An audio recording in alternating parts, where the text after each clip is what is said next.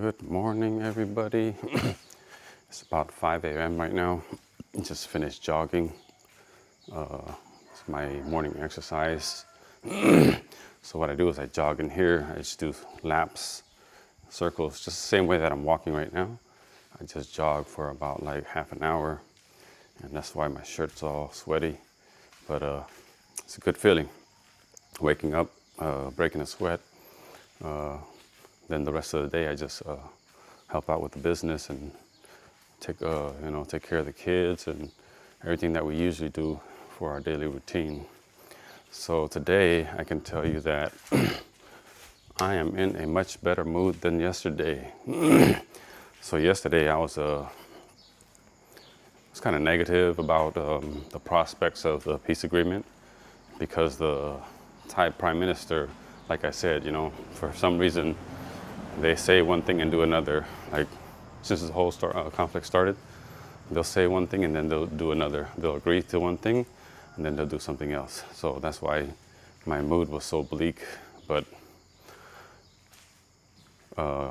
in the end, yesterday, I'm happy to say, well, I'm not the only one who's happy. I'm pretty sure Cambodians all across the world, America, Canada, New Zealand, France, Australia, all over are happy because of what happened yesterday. So yesterday, I'm sure everybody saw that the peace agreement was signed, or as Thai claimed, the joint declaration was signed, right? And Donald Trump was there to witness it. The Prime Minister of Malaysia, who is the head of ASEAN chair, he was there to witness it. And yeah, I'm happy because we can finally move forward. We can finally set that aside and we can finally stop worrying about that, right?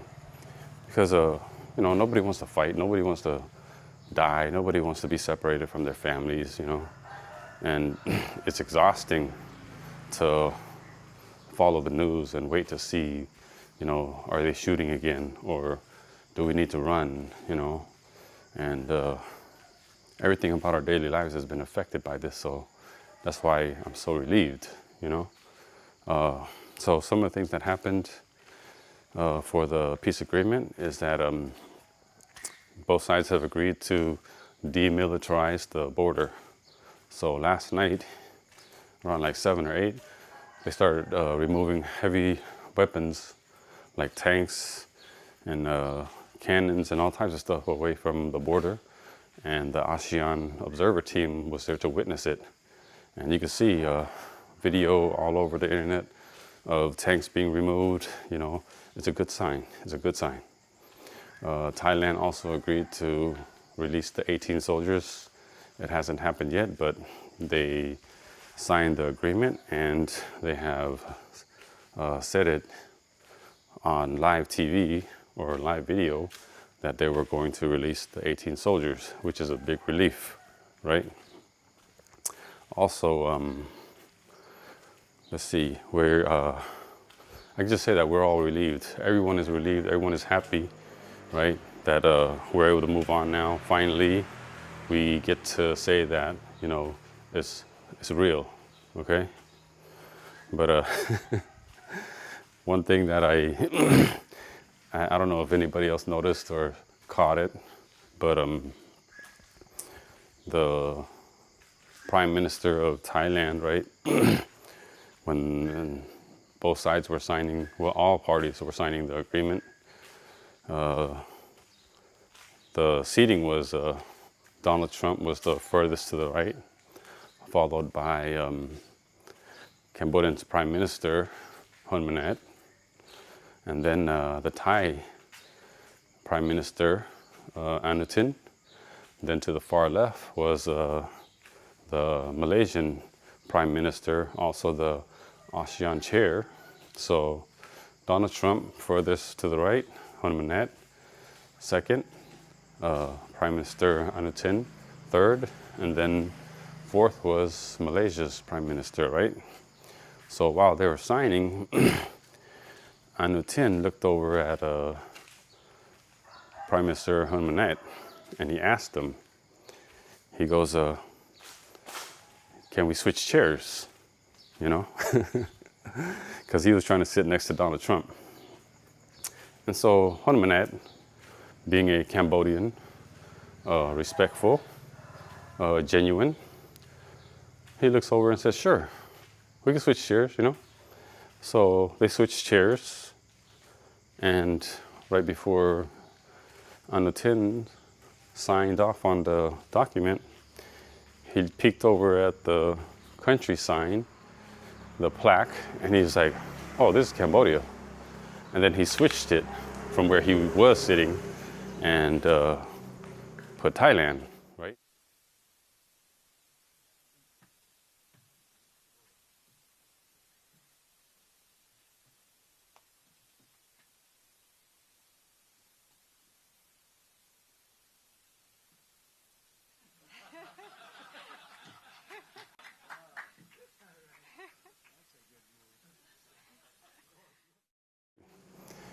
And the whole world saw it, you know. It's such a dirtbag move, you know. Like coming from a leader, a prime minister, and he's also a billionaire, right? Like you don't realize that you're on live video, the international community is watching you, and seating arrangement was planned and prepared for a reason. And your conduct during a high-level meeting like that is very important. You don't want to embarrass your country. You're representing your country, and you don't want people to look at your country like you guys are, you know, unlawful, right? Because you have to think about the president of the U.S. is there, and it's all leaders, right? And the way that he did that, you know, it was like a sneaky move. It was like a trick, and it just reminded me of like being in high school, right? Or not even in high school, just in grade school, where people ask somebody to switch chairs so they can get like a better advantage at something, you know, or so they can see the board or whatever, you know. And yeah, so he did that, and I'm pretty sure his country, once he gets back to Thailand, he's gonna get it, you know, because it was an embarrassing moment for Thailand, you know, to say the least, because he should know how to conduct himself professionally, right? He's also a billionaire, so he should know how to project himself in public, especially when he represents his country, right? And it's just so funny to me.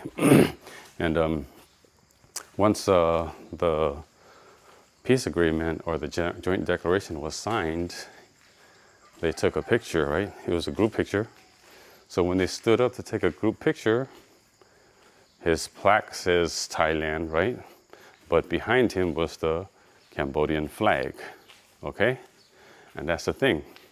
Everything was arranged properly for a reason, right? But this guy went and changed that, and he messed it all up. I can't help but like, man, like I said, the Thai politics, I've never really paid attention to it. But now that I am, I'm starting to see that, man, they're not worried about like international law. They're not worried about being politically correct. They're worried about their public perception of how they come across, because I guess their history has taught them that they are superior and they are better than all the neighboring countries, because they were never colonized, and that all the land around them, Cambodia, Laos, some parts of Vietnam, belonged to them at one time, and still do, right? And they were taught that we stole the land from them. So now, in you know, the modern day, that's their belief. That's what they think, and that everybody else is lower than them, because we were colonized, you know? And, you know, I really feel sad for them because they feel that way. I really, you know, pity them for the way that they think and the way that they view the rest of the world, because they need more exposure to the rest of the world to understand how things work, right? And I really pity them and their future, because that is not how you conduct yourself in the modern world. Yeah, so just wanted to make a video and, let you guys know how I feel, because I feel a lot more relieved now from seeing that happen yesterday, and we can move forward.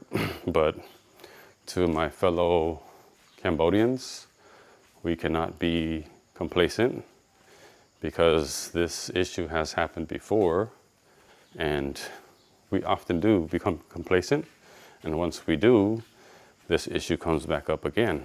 So here in our shop right now, we don't possess any Thai products. We are only selling Cambodian products made in Cambodia because of the boycott. So boycott is voluntary. So it's up to you if you want to or not participate in the boycott, but we have done so, and we have gotten rid of all Thai products. If there are some, it's just left over. It's left over from before, like this right here is left over, but it's buried because nobody wants to buy it. And to be honest with you, with the boycott, they are hurting. They are hurting real bad, okay? So these are all my products here, all made in Cambodia, all right? So I guess this conflict was pretty good.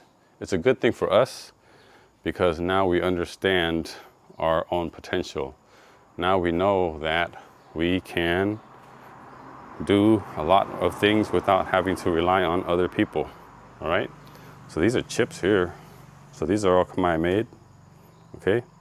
There's another, what do you call that? Type of noodle that's made in Cambodia. It's called mì chiết, but that stuff doesn't make it out here. It's usually, it gets to the city, but it doesn't make it out to the countryside soon enough. So this is also Khmer made right here. It's mì gut. And then we have Phnom Penh noodles. I think that's all gone too. That stuff doesn't last either.